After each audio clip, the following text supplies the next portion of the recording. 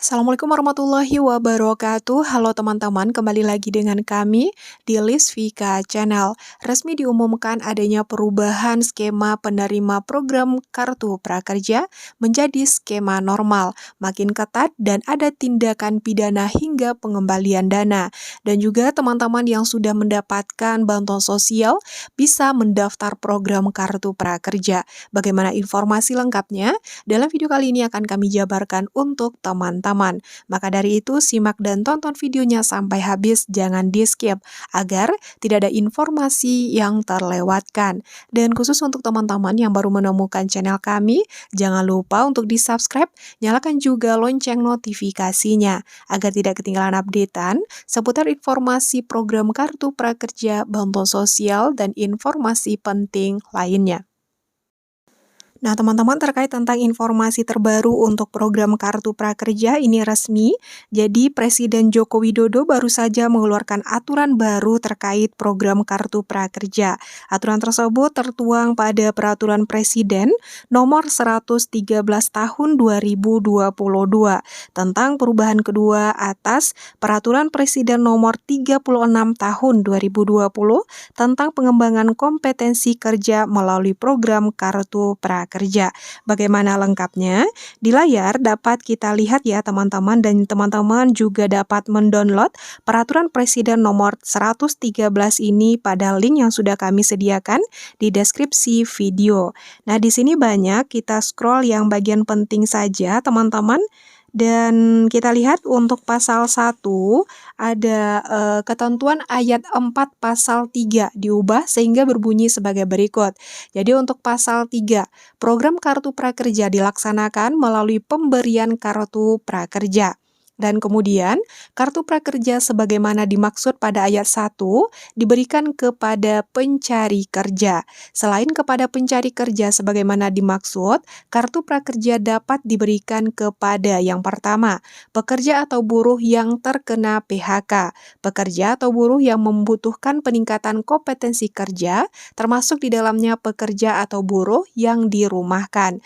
Kemudian yang kedua, pekerja bukan penerima upah, termasuk pelaku usaha mikro dan kecil.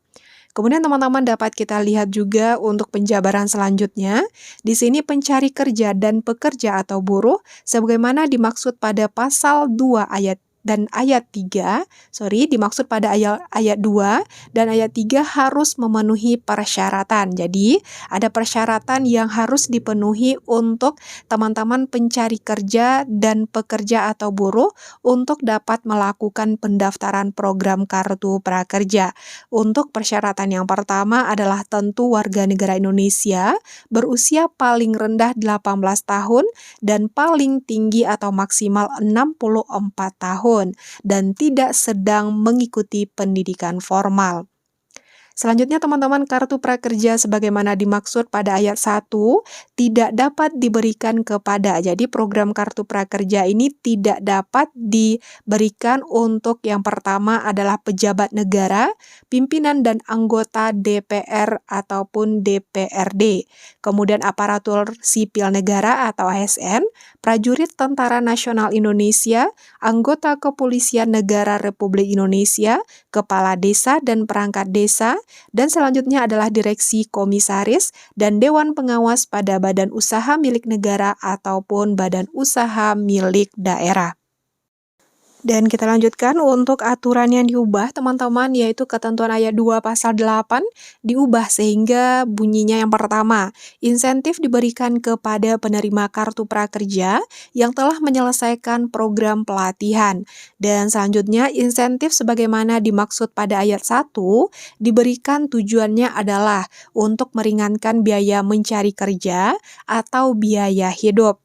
Kemudian tujuan dari pemberian insentif adalah untuk pelaksanaan evaluasi efektivitas program Kartu Prakerja.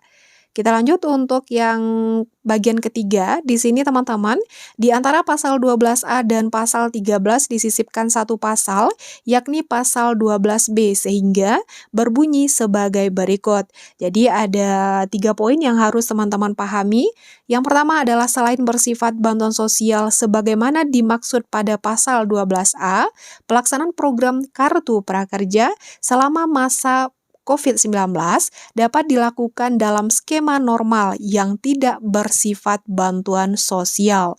Kemudian yang kedua, untuk pelaksanaan program Kartu Prakerja dalam skema normal yang tidak bersifat bantuan sosial sebagaimana dimaksud pada ayat 1, Komite Cipta Kerja dapat melakukan penyesuaian kebijakan dan atau tindakan mengenai pendaftaran, kepesertaan pelatihan kemitraan, biaya pelatihan dan insentif, dan kebijakan serta tindakan terkait lainnya jika diperlukan. Dan untuk ayat ketiganya, ketentuan lebih lanjut mengenai pelaksanaan program Kartu Prakerja dalam skema normal yang tidak bersifat bantuan sosial diatur dengan peraturan menteri yang menyelenggarakan koordinasi, sinkronisasi, dan pengendalian urusan kementerian dan penyelenggaraan pemerintah di bidang perekonomian. Nah, kita lanjutkan teman-teman untuk informasi selanjutnya yang perlu diketahui bersama adalah untuk pasal 31C, di mana untuk penerima kartu prakerja yang tidak memenuhi ketentuan, sebagaimana yang dimaksud dalam pasal 3 ayat 2, ayat 3, ayat 4, dan ayat 5, dan telah menerima bantuan biaya pelatihan, maka insentif sebagaimana dan juga insentif yang dimaksud dalam pasal 8 wajib mengembalikan bantuan biaya pelatihan dan insentif tersebut ke negara. Dan selanjutnya, dalam hal penerima kartu prakerja yang tidak memenuhi ketentuan sebagaimana yang dimaksud pada pasal 3 ayat 2, ayat 3, ayat 4, dan ayat 5 dan telah menerima bantuan biaya pelatihan sebagaimana dimaksud pada pasal 5 ayat 1 ataupun insentif sebagaimana dimaksud dalam pasal 8, manajemen pelaksana dapat melakukan yang pertama, pembekuan akun penerima kartu prakerja dan juga penagihan pengembalian bantuan biaya pelatihan serta insentif penerima kartu prakerja yang sudah diterima. Tindakan lain dalam rangka menjaga tata kelola program kartu prakerja. Dan selanjutnya teman-teman, dalam hal penerima kartu prakerja yang tidak mengembalikan bantuan biaya pelatihan ataupun insentif yang dimaksud pada ayat 1 dalam jangka waktu paling lama 60 hari, manajemen pelaksana melakukan gugatan ganti rugi kepada penerima kartu prakerja. Dan penagihan sebagaimana dimaksud pada ayat 1A atau gugatan ganti rugi kepada penerima kartu prakerja sebagaimana yang dimaksud pada ayat 2 dapat dilakukan oleh lembaga yang berwenang berdasarkan permohonan dari manajemen pelaksana. Jadi mesti hati-hati ya teman-teman, karena makin ke sini program kartu prakerja makin ketat. Dan kita lanjutkan, di sini ada ketentuan pasal 31D diubah sehingga bunyinya sebagai berikut. Dalam hal penerima kartu prakerja dengan sengaja melakukan pemalsuan identitas atau data pribadi, manajemen pelaksana melaporkan tindakan pidana dimaksud dan melakukan gugatan ganti rugi yang dapat diajukan melalui lembaga yang berwenang sesuai dengan ketentuan peraturan perundang-undangan. Gugatan ganti rugi sebagaimana dimaksud pada ayat 1 dapat digabungkan dengan tuntutan pidana sesuai dengan ketentuan peraturan perundang-undangan. Nah, itu dia teman-teman terkait tentang aturan terbaru atau skema normal untuk program Kartu Prakerja, agar setiap orang mengetahuinya dan memerintahkan pengundangan peraturan presiden ini dengan penetapannya dalam lembaga negara Republik Indonesia. Dan teman-teman, aturan ini telah ditandatangani oleh Presiden Jokowi pada tanggal 13 September tahun 2022. Pada pasal 11 dituliskan peraturan presiden ini akan dimulai berlaku pada tanggal diundangkan. Dan jadi teman-teman mesti lebih berhati-hati lagi dalam memberikan data ataupun untuk hal lain ketika melakukan pendaftaran program Kartu Prakerja. Dan terkait tentang penerima bantuan sosial yang bisa mendaftar program Kartu Prakerja, ini sudah diinformasikan resmi juga teman-teman di Instagram resmi prakerja.go.id. Dan di sini dapat kita lihat ya teman-teman, untuk teman-teman yang sudah menerima bantuan sosial namun nggak lolos kartu prakerja, ataupun teman-teman yang nggak dapat melakukan klik gabung karena sudah menerima bantuan sosial. Ini merupakan kabar gembira karena penerima bantuan sosial itu bisa mendaftar program kartu prakerja.